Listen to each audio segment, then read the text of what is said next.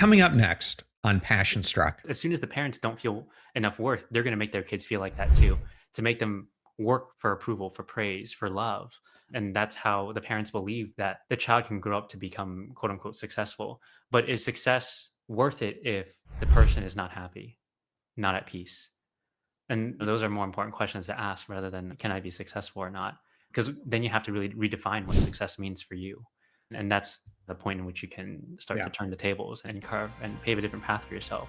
Welcome to Passion Struck. Hi, I'm your host, John R. Miles, and on the show, we decipher the secrets, tips, and guidance of the world's most inspiring people and turn their wisdom into practical advice for you and those around you. Our mission is to help you unlock the power of intentionality so that you can become the best version of yourself. If you're new to the show, I offer advice and answer listener questions on Fridays. We have long-form interviews the rest of the week with guests ranging from astronauts to authors, CEOs, creators, innovators, scientists, military leaders, visionaries, and athletes. Now, let's go out there and become Passion Struck.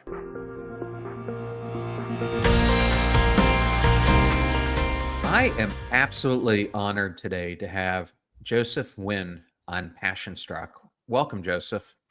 Thank you so much, John. It's an honor to be here. When you guys reached out to me, I have to say the honor was mine because your book has touched so many people around the world. And if people don't know what I'm talking about, the name of Joseph's book is Don't Believe Everything You Think.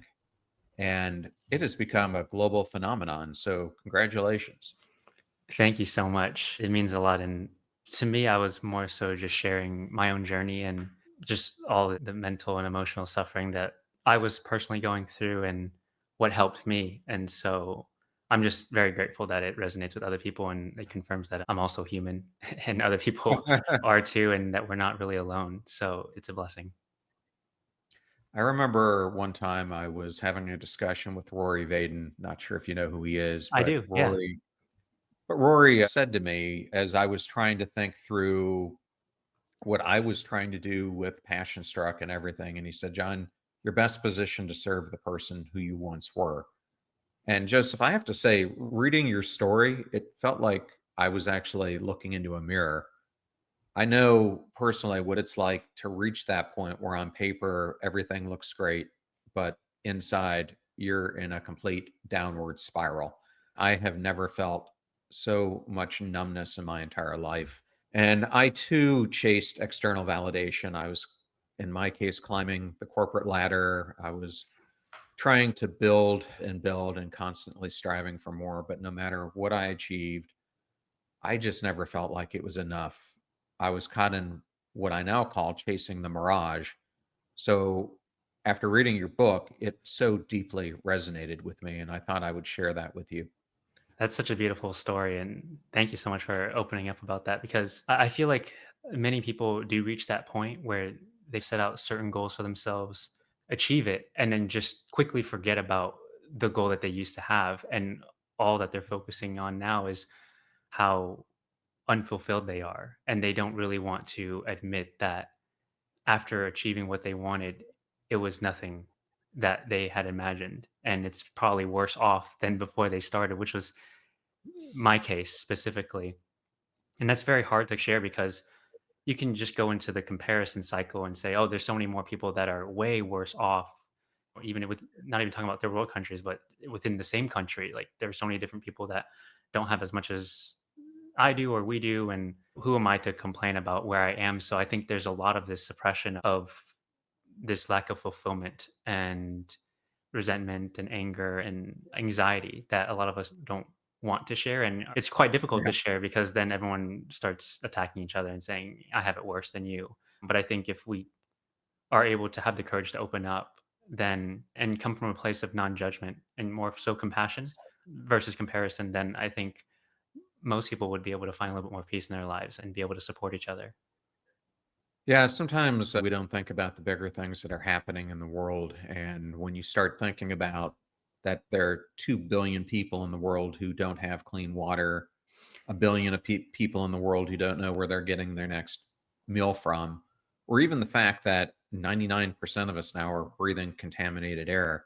It gives you a lot of things to think about. And my favorite way that I've heard it explained is when I talk to astronauts and they discuss the overview effect. And one of my really good friends is an astronaut, and I always remember him telling me this story that he's on the ISS, he's flying over New York, he's looking down, he's picturing himself.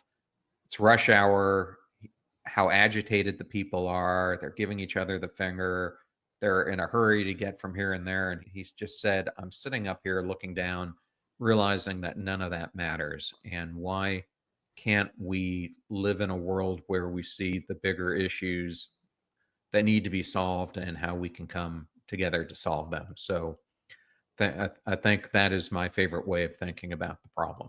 Yeah, that's beautiful. And luckily we don't have to go into a spaceship and go to the ISS, in orbit to be able to have a similar effect.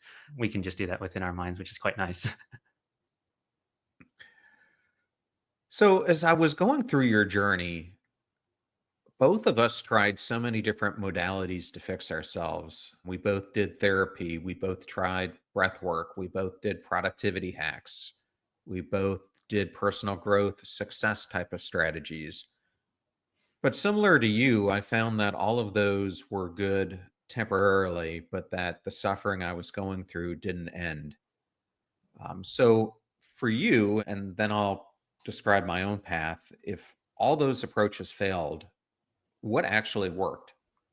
Yeah, this is a great question. There's a couple of ways that I look at this. Number one is I believe that most people have to try a myriad of different things before they come across certain things that really click for them. So in that regard, I always encourage people to keep trying, to keep going, because it's usually not in just one modality that you find what you're looking for. It's actually a combination of things. And that's actually what creativity is, right? There's very few things are actually original in this world. They're mostly just a remix of each other. Even us as humans, our DNA is not original. It's from our parents that combined and then created us, which looks unique on the surface, but then it's really, you can look at the source and see that it's from somewhere else. In the same way, I think that's how we can come to our own solutions and our discovering something that works for us in terms of finding peace and more joy. For me in my journey, I tried a lot of different things like you were mentioning. So CBT, like cognitive behavioral therapy, I tried energy work, Reiki, I tried doing a lot of shadow work, so like Jungian things like that. Also, like I did acupuncture, went into like more the Eastern side. I started studying Zen, Buddhism, and Western philosophies as well, philosophers and like Stoicism. All those things were like absolutely amazing and definitely were like stepping stones in my journey. Then I even studied Dr. Joe Dispenza, went into a meditation retreat for 7 days in Cancun, which was phenomenal as well. And what's interesting is that even after I came back after the 7 day retreat, we were meditating for 3, 4, 5 hours a day, right? Waking up at 4 a.m., meditating on the beach. What's so interesting is during those meditations, I felt pure bliss. So it was amazing. But then as soon as I opened my eyes and came back into the real world, so to speak, had to go to work or start work on my business, whatever it was at the time, all of the anxiety came flooding back. So I would just relapse back into that constant state of fight or flight. So that was very odd for me. And it wasn't until I started to question, like, what is it in those modalities? Because almost every single one of them worked to a certain extent, and then they stopped working. So basically, the life span, or at least the benefits of the modality, only worked while I was practicing it. So that's when I asked myself the question of what about the modalities allowed me to feel that sense of peace, and then is it possible to feel that beyond the modality? And that's when I realized that it was more so rooted in my mind than anything else.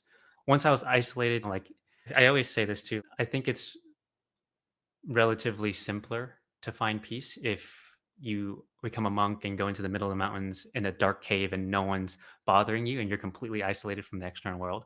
It's probably a little bit easier to find peace there, but the real challenge is, can you find that same level of peace when you're in rush hour in New York, right? Or when you're talking with your family and they don't understand your decisions and you're constantly trying to defend yourself. Those are the moments where you're really tested. That will prove to you whether the modality works or not. So for me, it was more so questioning, what is it in my mind that's causing me to go back into this vicious cycle of overthinking and anxiety and suffering. That's when I was able to find out that the constant judgment of my own thoughts and the events and circumstances that I'm going through was the root of all of the anxiety that I had. Although some of the events were, you could say, and label as painful, that won't change. But the emotional suffering tied to that event after it happened is something that I was doing to myself after the fact. The ruminating on what happened, wishing it were different, or being angry at someone for doing something back then. Anything that happens post event, that becomes a creation of our mind through the judgment of ourselves, others, or the world. That particular observation was what broke me free and allowed me to just see it as it is instead of constantly narrating what's going on and being okay with, okay, this is what happened. Is this thinking actually helping me in the moment? Is it useful? And I just never realized that I could just stop thinking about it. That just never occurred to me. It's just, I always thought I had to solve it before it would go away, but you can't solve the past. That's the issue. And so once I realized that and I could let it go and then come from a place of groundedness and more so love, that's what I can do in the present moment. And that can then therefore change my future. But that's always through the present moment. But that's what broke it for me. And I'm so grateful that it happened. And now, a lot of through the book, that's exactly what I explain. And a lot of people are able to now break through the mirage, as you would say, and find a little bit more peace from the incessant chatter. I just interviewed Ethan Cross, and I remember when his book came out titled Chatter, and that was eye opening to understand the science behind our inner voice as well. And the role, he has a new book out called Shift that kind of goes into the emotional ramifications of that. But as you talk about in the book, the root cause of all suffering is this belief in a negative thought. And this, when I was coming back from the same place as you, was a massive shift for me because for so long I too blamed my circumstances, my past, my struggles, even external expectations for my unhappiness. And I think what people don't realize is when they've reached this point of stuckness, they're thinking that there's a quick fix. And what I have found, I'm not sure if it's the same case as you, but there was a journey to you feeling like you were becoming invisible, like you weren't mattering. And there's a journey out of it as well, because in many ways you have to learn who you are again. And I remember as I was going through this, one of the most important things that I had to realize is there was so much that had to be fixed, but I needed to fix it to find a starting point. And for me, that was getting through the stuck points from some past trauma that if I didn't deal with that past, the negative voices were never going to go away. And so when I learned how to rethink about them and that it wasn't my fault, it opened the door for me to emerge as a much stronger new version of myself. Does that resonate with you? Yeah, that's beautiful. And when you were revisiting those past traumas, what happened within yourself that allowed you to let that go? Because it sounds like it was a little bit of compassion and a little bit of forgiveness, but I wasn't sure of who and how that worked for you. Yeah, so similar to you, I did cognitive processing therapy, I did EMDR, I did Reiki, I did yoga, I did all these things. I did tons of long walks. Yeah. I tried podcast, I tried personal growth books. I guess what it finally was is I went through prolonged exposure therapy and I had a really bad, I guess, traumatic event that it's hard because I've had many, but I decided to just focus on one because I figured if I could start dealing with this story, I could then figure out a way to deal with the others. But it was tough because I'd have to go into these sessions and do them time and time again. And it was almost as if, I guess, the way that they do it is that the therapist treats it as if they've never heard it before. So you've got to go through the whole experience again and again. Yeah, relive The it. more I told it, the more I started to see different sides of it and how I was really creating these mental barriers that I was allowing myself to self destruct over. And I refer to this all the time as something that I call we become a visionary arsonist to our dreams.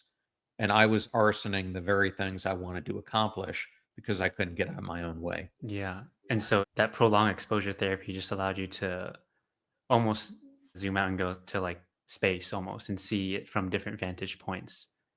And I'm assuming it became a little bit more separated from yourself, less personal, and you're able to let go of it at that point to then see what surfaced. I'm curious, like what surfaced for you after you were able to reconcile it?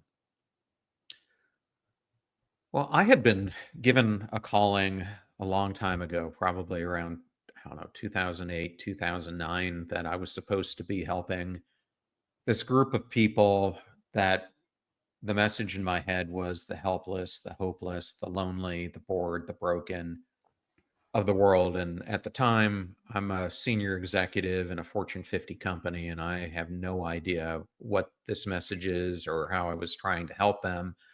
And my initial thought was I'm supposed to go and help people at St. Vincent de Paul or the people who are out there who are homeless. I went and I did work in cold shelters and other things. And those people are extremely needy. But the further I got into this, what I started to realize is the people that I've been called to serve aren't just them. There are billions of people right now who are lost. And I started to see that this lost person that I was, who was caught up in this societal conditioning and believing the myth or the lie that we're taught to believe, was just that, a lie. And that all the things that I thought were going to bring me fulfillment, success, happiness were driving me further away from it. And I came to the conclusion that I now was here to talk more authentically about this because, as Rory said, I think once we've gone through this and we've felt it and the pain of it, the last thing you want to do is have another person feel the pain that you felt. So, that for me was then my switch to, now that I've figured out a way for myself to get through this, how do I start helping other people start getting through it? That's absolutely beautiful. And it's so interesting. That's exactly what happens when we're able to overcome a lot of the things that we've gone through in the past. For you, what was that? Where did that calling come from? What would you say gave you the calling, or if anything? Well, it depends on what your spirituality is. I would have said it came from God. Other people would say it came from the source, from the universe. But Yeah. let's just say it came from the source. I tried to steer away from going down the path of dealing with it, and it became like a biblical tale of scorpions and floods and Yeah. termites and rodents and bed bugs. And I can't even tell you how many times I was hit over the head before I woke up. And uh, people laugh about it when they hear the story, but I think if you really think about it, we all have our own journey of the story. Mine had more biblical elements to it, but I think a lot of people are given the message and they choose to ignore it. What's your thought? Yeah. Oh, so was it actually like literal scorpions and bed bugs, or was it something? Like literally, Okay. Okay, I thought you were just talking standing in metaphorically. the shower and my eyes closed, and all of a sudden feeling this stinging sensation and looking up and seeing scorpions falling from the ceiling. Yes. That and how did you know that was related to your calling? Well, I didn't at the time, but then when they came back, then when termites destroyed half my house, then when my house was flooded in a storm, then when my kids had bed bugs, then it was just like this series of unfortunate events that just kept getting worse and worse. And the more I leaned into steering myself away from it, the more painful it became. Yeah, So, you went through, like, the whole exodus. That is like the locusts and everything until you finally heeded the call. yeah. Well, I recently I was at the service and Christian based church, and it reminded me during the service of this verse from Matthew. It's Matthew 16:26, and it reads, what do you benefit if you gain the whole world, but you lose your own soul? Is there anything more than your soul? And it got me to thinking about it, as I was at these lowest points, that's really what I was doing. If you think about it from a biblical standpoint, is I was really fighting for my soul. And did you ever have that feeling? What does it truly mean to fight for your soul rather than against it? Oh, that's I would argue that's worse than most physical pain. It transcends the body and goes into an energetic level that you can't escape from. It actually will seep into you can't even sleep it away.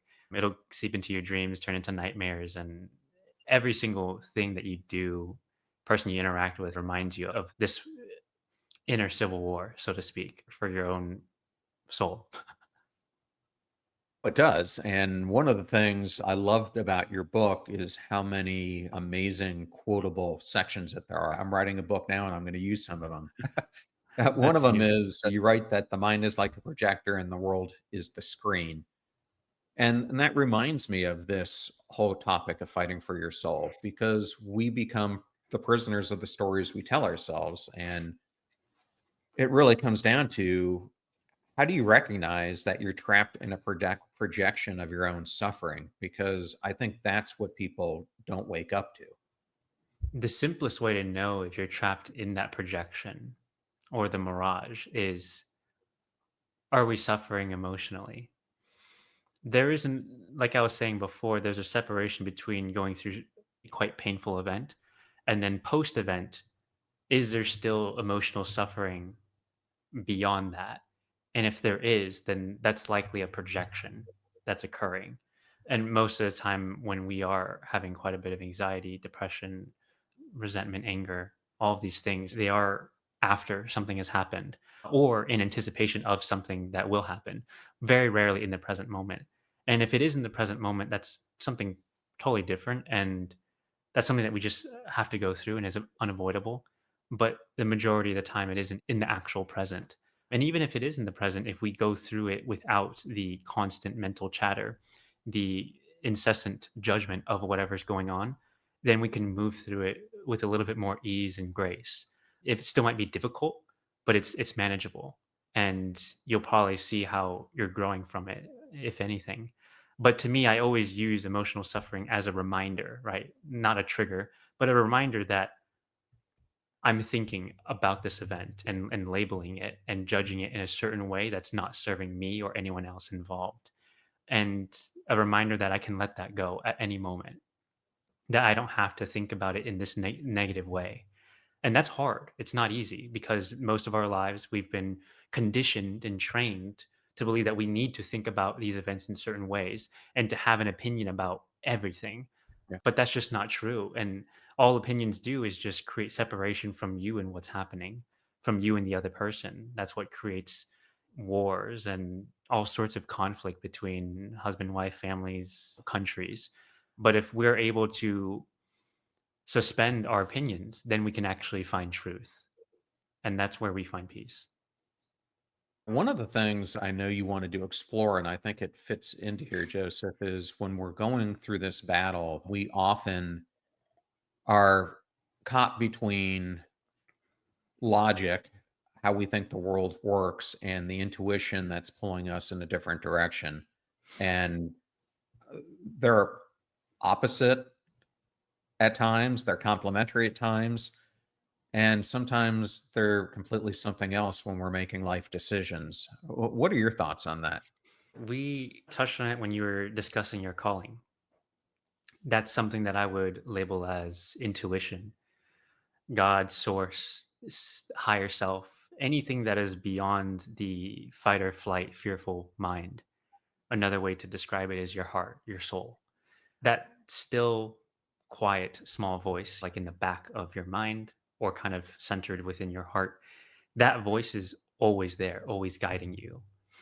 And that's something that I love to discuss that most people don't, simply because the predominant kind of chatter in the mind is from the mind versus the heart. And most of us pay more attention to that fight or flight mind because it's louder, because it's seemingly more alarming, it's urgent. While the still quiet voice is just that, it's very quiet. You don't really notice it. It's in the background, gently nudging you in the direction that you know you want to go. And it's never urgent. That's the thing. It never uses scare tactics or anything like that. It doesn't try to coerce you into any actions, but it will gently guide at all times and is there when you need it. So that intuition is some concrete examples would be it's that voice that told you to go ask this person out that eventually became your lifelong partner. It's that voice that told you to move to this place. And then when you move there, miraculously you found your dream job or your best friend or something like that. It told you to go to college or leave college, to leave a marriage, to start a marriage. That voice is anything but logic. Every time we make one of those major life decisions, if you think back to some of the biggest decisions you ever made in your life that radically changed it for the better, that was probably not logical. Everyone said you shouldn't do it. Your parents said you shouldn't do it. Even your friends said you shouldn't do it. Yet you did it anyway, and that's exactly what you wanted, and it yielded some miraculous things that you couldn't even have anticipated. That's intuition because it operates in the land of the unknown. Logic operates in the land of the known, which can only use the past to predict what it thinks it can happen in the future, but it can't just go completely into the unknown. But it's only in the unknown that something different can happen instead of what's already happened in the past, and it's just a repeat of that. So that's where logic and intuition will look like they are opposing forces. And some people, I always got this confused too, because sometimes you'll think logic is just like thinking about something rationally and objectively, but those are a little bit different. But in any case, at the end of the day, we're trying to operate our lives and optimize for joy, peace, and love, all of which are not really logical. What's logical is making a life for yourself, getting a good job, rising through the ranks, making good money, starting a family, and then just retire, and that's it. That's logical. But how many times when we follow that path are we actually fulfilled? Doing what society says, doing what our parents says, doing what our community wants us to do, becoming the person that everyone else wants us to be, but we know that we're not, living up to the and trying to uphold those expectations and opinions about ourselves from other people. That very rarely creates a life that we love. And if anything, suffocates who we really are. But as soon as we let all that go, we discover this deep sense of peace and start to peel back the layers of who we're not to find out who we are. And that really starts with following your intuition and going against the grain, so to speak. But following your intuition is really the path to peace. And everyone has to pave their own path in that regard. We can't follow someone else and expect it to be the exact same as them because we don't want the same things as them. So that's what I discovered between logic and intuition and really following our hearts. More times than not, that's going to yield a much more joyful life, even if others don't understand. So, Joseph, I'm going to have to send you a copy of my book since I read yours because the whole opening introduction of the book is exactly what you just talked about. And I actually go through and I have in there, here's the formula that we're typically given in life. And it typically leads to the opposite of what we want inside. Yeah. And I use that as a starting point of how you have to create an intentional life if you want one that matters and start focusing on things that truly matter to you instead of the things that aren't going to move the needle. And I'm just going to tie in a personal story for you because before I started Passion Struck and I was just talking about the idea to some people, I was getting so much pushback. I remember, not going to give his name, but I was talking to a really successful person in Tampa. This person had just had a major exit, had made hundreds of millions of dollars from it. And I was talking to him about what I was hoping to do. And he said, John, do you know how many people have told me to do that and how difficult what you're saying it is to actually accomplish? He goes, I want you to think about it because look at what you're leaving behind. And you are going to struggle so hard and you have no idea if that struggle is going to lead anywhere. And then early on in the journey, when I decided to do it, I was talking to Jordan Harbinger. I'm not sure if you've been on his show or not, but I was talking to Jordan, who's been doing podcasting almost since the beginning. And I said, what would be your advice for going down this medium? And he said, my best advice would be never to start. And I understand why he said it now. And he told me a couple of years into it that if I was the type of person who heard him say that, got the warning, and still persevered, that was the type of person who needs to do it. But The fact is, there are tons of unknown. You don't know what's going to happen. You don't know if something's going to take hold. You don't know when you self publish a book what's going to happen to it, just like you did. But I really firmly believe that if your intuition is really calling you to do something, I really think it's that greater power that's telling you that you were put here on earth to do something. You were supposed to serve people in a way that only you can do through the inherent talents that you've been given. And you're supposed to help people flourish. And when we struggle against that, I think it's when we have the roughest patches in our lives, like I experienced, like you experienced. But when we're leaning more into it, I think the gates open up and we find ourselves more on a glide path because we're doing what we've been called to do. And that's how I have learned to realize it. Because when I started out, I wasn't trying to impact millions. I now am. But all I thought is podcasting was great because I get to have a conversation with one person who might be listening. And perhaps they were that person I once were. And if I can make them start thinking about their life in a different way and take it in a more positive trajectory, well, then I'm winning the battle. That's the whole point of doing this. And I have to remind myself of that fact that you never realize, like this discussion we're having here today, Joseph, you never realize what struggles someone is going through. Could be someone dealing with cancer, could be someone who is facing mental struggles so deeply that they're thinking about ending their life. It could be someone who faced deep deaths of despair from sexual abuse or something else. And hopefully we can give them guidance to take them out of their despair. That's how I look at it. And it only takes one person to hear that message for it to be worth it, right?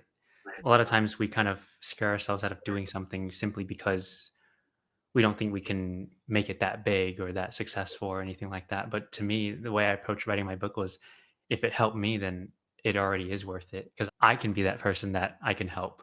And if I can help just one other person, then that would be worth all the struggle because you never really know what the impact of one person is. It could be the next person that cures cancer. It could be the next person that finds and facilitates world peace. We never know. And the impact of one person is so great. It's seemingly infinite because every person in their lives knows that around 1,000 people or something like that. 1,000 people knowing another 1,000 people, like it just magnifies, and you're really ever a couple degrees away from the whole world. So I never take one soul very lightly. That's a huge deal, and it's always worth it. Well, I completely agree with you there. Joseph, I wanted to switch the discussion a little bit to do a little bit of talking on something that I've deeply been researching, which is mattering. It's basically what I've been trying to look at is why are people feeling so invisible or like they're not enough? And I think a lot of it is what we've been talking about. They attach their worth to their achievements. And the whole premise of your book is your thoughts don't define you. And it's become a radical idea, but it's not really radical. It's really how do you detach your identity from your thoughts, especially when the world constantly pressures you to be something. And I think we get so focused on that be that we forget the you that started the whole journey to begin with. And where I wanted to go with this is I think one of the biggest groups of people who are being trained to think like this are kids today because they're seeing parents like I was who are modeling this behavior. And then now the kid is thinking, if I get all A's, that's the key to success. If I get into the best college, that's the key to success. If I do all the things, etc. In your mind, if that is where it starts, how do we start breaking this cycle? So the question of how do we help the next generation always begins with ourselves. It's odd because you would think to go directly to the kids, and that's where we can have a lot of the impact. But in actuality, who we become like who we are surrounded by the most, which the kids are around their parents the most, and how they learn best is modeling. So when we're discussing this, actually the best way to help the next generation is actually to help the parents and to help the parents that are looking for these answers, that want to create a better future, not only for themselves, but for their children, and of course, therefore the world.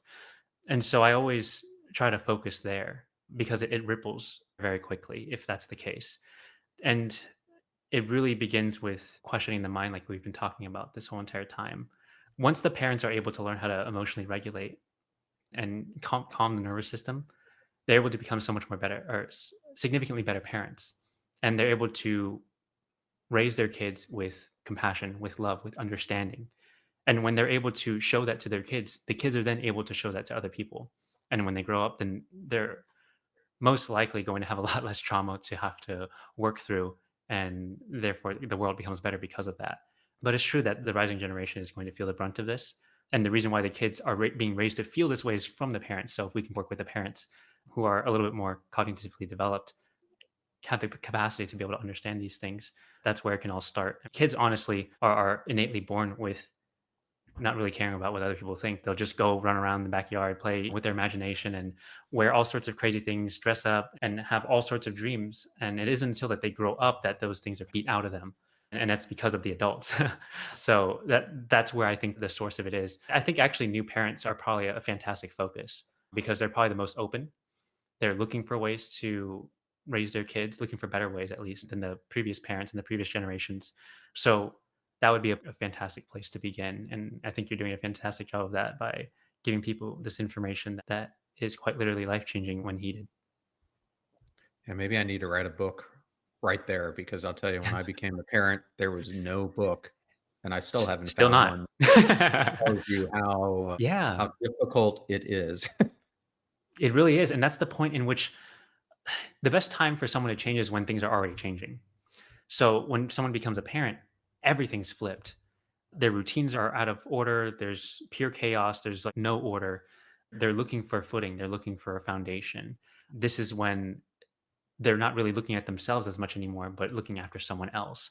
And so they're constantly learning and trying to figure this out. But it is really hard as a new parent, especially in this world, right? Do you give your kid the iPad or not? And how do you entertain them without any technology and all these things? So that would be a pivotal point for sure. That's the future right there. It definitely is. I had Jennifer Wallace on the show a long time ago. I don't know if you know who Jennifer is, but she wrote Mhm. a bestseller called Never Enough. And she was really going into the high achievement culture that's affecting so many kids. And one of the things I remember that she told me was the issue is it becomes this endless loop. So you've got these kids who are seeing their parents modeling this, and then the parents are the ones who've got to steer the ship, but the parents themselves aren't getting the feeling that they matter. They're going into Right. work and they're doing things that aren't inspiring them. They're not getting positive feedback. They're burned out. They come home completely empty, and then they have nothing left to give to the kids. Yeah. And to me, it's counterintuitive, but in order to help the kids, you have to help the parents start feeling like they're engaged again. That's So exactly it. Because again, like with the exposure from the kids, they're just going to model the parents. So even if we teach the kids, there's such a strong force from the parents that it's very difficult to undo unless you start from the source there. But it's a fantastic opportunity for parents. I became a new parent recently, so that's why I'm speaking to it more oh, specifically. congratulations. Thank you. But and one of the ways that I'm approaching it is when we have a new child, we can approach it with a lens of this is the opportunity for me to parent in the way that I wish I was parented, right? Undo all those past traumas, giving myself the things that I wish I had, but now to my child. And that in itself is healing my own inner child while giving our child now exactly what they need, hopefully at least, right? And I'm sure that's going to be a lot better than the alternatives.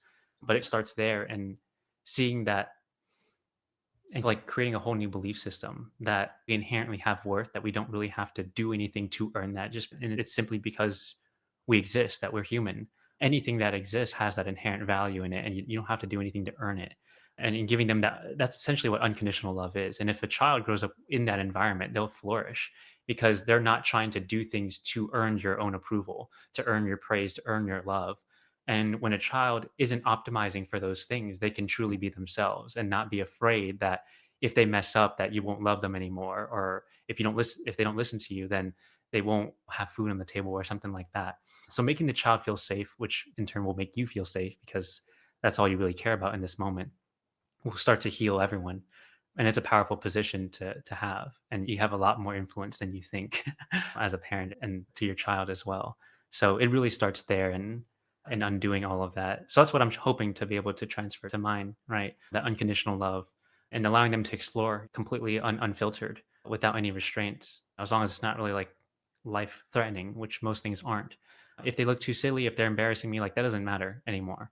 I'd rather them be kids for as long as possible and for me not to pry all of that out of them. And I think doing less is probably going to be doing a lot more in this case. Sure isn't easy for those who are listening. Oh, yeah. So, speaking about the listeners, Joseph, uh, people might be listening to our discussion and thinking everything John and Joseph are talking about sounds really nice, but here I am, and I just can't turn off my thoughts. How do I actually create that space when you're stuck in the mental loop that we often find ourselves in? What would be your advice to that person? Yeah. I'll give a quick example and then go through a framework that can help. And that's what I've personally used. And then a lot of people who have read the book, hundreds of thousands of people at this point have used to be able to find a little bit more peace in their lives. The first thing is to realize and ask yourself the question, how often has overthinking helped or even solved the situation that I'm going through right now? Is this thinking actually useful? And once you start asking yourself that question, you'll start to realize that it's almost never helped and actually has made things significantly worse. And so understanding that will allow you to make a mental note for yourself that whatever I'm doing now is the overthinking, the constant belief in the anxious thoughts. These things are just holding me back from being able to find what I want in life, which is more peace and joy. And I also love asking the question of when you are the most stressed out in your life, how much thinking is going on in that moment? It's probably a lot. And if you flip the question, when you are the happiest, think about a time that you were your happiest or in a state of flow. How much thinking was going on during that time? How much mental chatter or judgment? It's probably none or very little. And just from those two questions alone, that helped me realize that it is my thinking, my judgment of whatever I'm going through, or even my own thoughts or myself, is what's causing my suffering. So just understanding that alone it gives us the sort of permission and reassurance that we can let this go because it hasn't been helpful at all. And that the times that we were happiest in our lives were when we weren't thinking or thinking very little. Then it begs the question of how do you navigate life if you're not thinking? So when I say thinking, I specifically define it as the negative judgment of anything. Negative judgment of our thoughts, ourselves, other people, events, situations. That negative judgment of whatever it is the root cause of suffering. And to suspend that is to create space for peace. Because most of the time, like 80, 90% of all the stuff that's going in our minds is this negative judgment. And that's the story that we keep reliving. So understanding that gives you that opportunity. And so now we can get into the framework of how to actually let go of this thinking. And this framework is called PAUSE. So that's also in the book as well. And it's an acronym. So the first letter is P, which is pause and take deep breaths. And what this allows you to do is to ground yourself into the present moment because you can't take a deep breath in the past. You can't take a deep breath in the future. You can only take it in the present moment. And that's where peace resides. It doesn't reside in the past or the future. Anxiety lives in the future and resentment lives in the past. So pause and take deep breaths and try to breathe with your whole body. Most of us have very shallow breaths because we're in a hyperactive, overstimulated state, fight or flight mode. And so our breaths are very shallow. And when we go through a lot of anxiety, our breath gets shallower and shallower. When people are going through panic attacks, the breath gets very short. But the first thing they say when someone's going through a panic attack is what? Take deep breaths. So this is the process that we can go through. This is like somatic therapy. So take deep breaths. The next letter in the acronym is A, which is ask yourself, is this thinking useful? If it isn't, then the next letter is U, which is understand that you can let it go, that you don't have to continue overthinking, and that you have the choice and the agency and autonomy to say, I no longer want to think in this way. I no longer want to negatively judge these things, and I choose to let it go. And that's U. That's PAU. And then S is say and repeat the mantra. You can use any mantra. I specifically love the mantra of thinking is the root cause of suffering. And you can use something else like I let go and choose peace as a mantra. But you can use anything that allows you to feel more grounded. And it needs to be rooted in some sort of truth so that when you're saying it in your own mind, not only are you focusing the mind on the mantra specifically, but you're also anchoring yourself in some sort of truth. It could be anything, right? But truth is what matters. So in that case, that's going to be S. And then just repeat that mantra for about however long that you need. And the next letter is E, which is experience your emotions fully without resistance. And a lot of times people think that when you let go of your thinking, you're bypassing your emotions. And that's not true. What this does is it allows you to experience your emotions without judgment. When you allow your emotions to be there and take up space and to be seen without being judged, labeled as something negative, then it actually passes a lot more quickly than you anticipate. What we resist persists, and what we let be will inevitably leave. And this is specifically for our emotions. So most of us believe that quote unquote negative emotions are bad, but they're actually not bad. They're all messengers and trying to teach us something. All emotions are doorways to the present moment. And that's how I use them is every time I experience some sort of quote unquote negative emotion, I use it as a little kind of like reminder that I'm not in the present. I'm thinking in the future or in the past. I'm judging, I'm labeling something. I have a negative opinion about this thing. So that's what I use to come back into the present moment and to release that judgment. And that's how I'm able to go through this whole entire process. But that process is very specific. And just try that. If anything, if that's a lot to remember, just repeat the mantra and take deep breaths and try that whenever you are experiencing any sort of negative emotion. And you don't even have to believe anything that I'm saying at all. The best way to see for yourself is to try it and to experiment and to see if it works for you. And just try it for the next 7 days. Try to suspend negative judgments. And whenever you do experience any negative emotions, repeat some sort of mantra like thinking is the root cause of suffering or I let go and choose peace until you're able to regulate your emotions, come back to center, and then see how you feel. And if it doesn't work, not a problem. You can go and try to find another modality and keep searching until you find that perfect combination of things that works for you. And if it does work, that's amazing. And just prolong the experiment for yourself and see how it goes. But 7 days is more than enough for you to be able to see the effects. Joseph, thanks for going through that. So pause, ask yourself, understand, say, and experience. I wanted to ask you, have you created a workbook that I might be able to share with the audience about this process that I could include in the show notes? So that'll be in there's a part of a notebook within the expanded edition of the book, which is available on Amazon or most bookstores now in the US. But there is another workbook that I have separately. I think that's called Healing Anxiety and Overthinking, and that's on Amazon as well. I don't think it goes through the exact pause framework, but it goes through something very similar. I just made it into a pause framework in the expanded edition to make it a little bit simpler and easier for people to remember. Okay. And then lastly, I wanted to take people through a situation. I had a listener contact me yesterday, and she had this job that she loved for a person that she loved working for. And unfortunately, that relationship became toxic and she lost her job. And her initial thought was, this is because of me. This is because of my actions. Everyone around me now is going to start judging me. I'm never going to be able to recover from this. It's so unfair. What do I do to take care of my kids, etc.? Using your book and your framework, what would be your advice to someone like that who's going through a similar situation? That's a great question. One of the things that I would say is to really examine what the predominant thinking is. There's a lot of thinking that's going on, right? Like blaming ourselves, blaming the boss, blaming other people. What is the one that feels most visceral? And then we can tackle it from there because it's very difficult when you're swarmed with 1,000 different thoughts at the same moment. And then figure out where that comes from. Like, why are you believing this particular thought? And is that particular thought helping you in this moment? What would happen if you suspended that judgment for a few moments? What would happen to the story? How does the story change if you suspend the judgment? What questions can you ask yourself and the other person to find out something a little bit closer to the truth. Because whenever there's a story, there's multiple sides.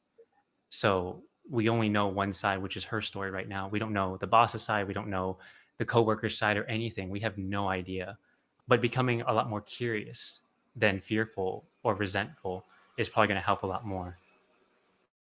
That's where I would start and then go through the framework from there and doing some deep breathing. And if there was one last thought of inspiration you would like to leave a listener with, or a takeaway from the book that you would like to end this conversation on, what might it be? I would say be very aware of your judgments, particularly the ones that destroy you most. And actually, what I started to realize too when I started to inquire about my own thoughts is that the judgments that we place on ourselves or on even on other people in the world aren't even our own. It usually comes from other people, mainly our parents, our friends, our coworkers, people we were closest with. And the mental chatter that we say to ourselves that really beat ourselves up and create the suffering, all those things are most likely things that someone has said to us before, and we just replay them in our own minds.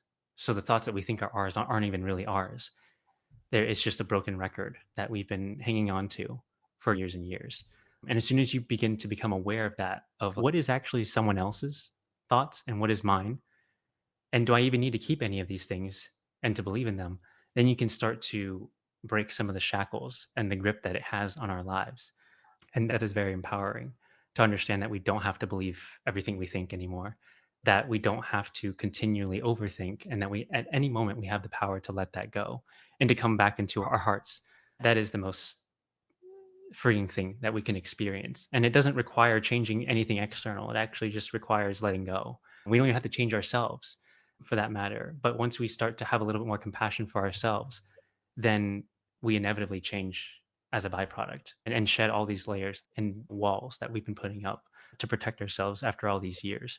And then a little bit our own light starts to break through some of those cracks. And that's a source of joy. And that's what I found in my life. And readers have been able to find that for themselves as well. So that's what I would say is that to become very cautious of, very skeptical of our own judgments and our own mind. Joseph, it was such an honor to have you on the show. Congratulations again on the book and the impact that it's having. I've found today to be one of the most inspirational podcasts I've done in a while. So thank you so much. Thank you so much for saying that, John. It's truly, again, such an honor of being here. And thank you for sharing your story and opening up. And I think that created a lot of space for a lot of people to do the same. And they've clearly done so by the person writing to you and things like that. So thank you for all you do and for sharing your light with the world.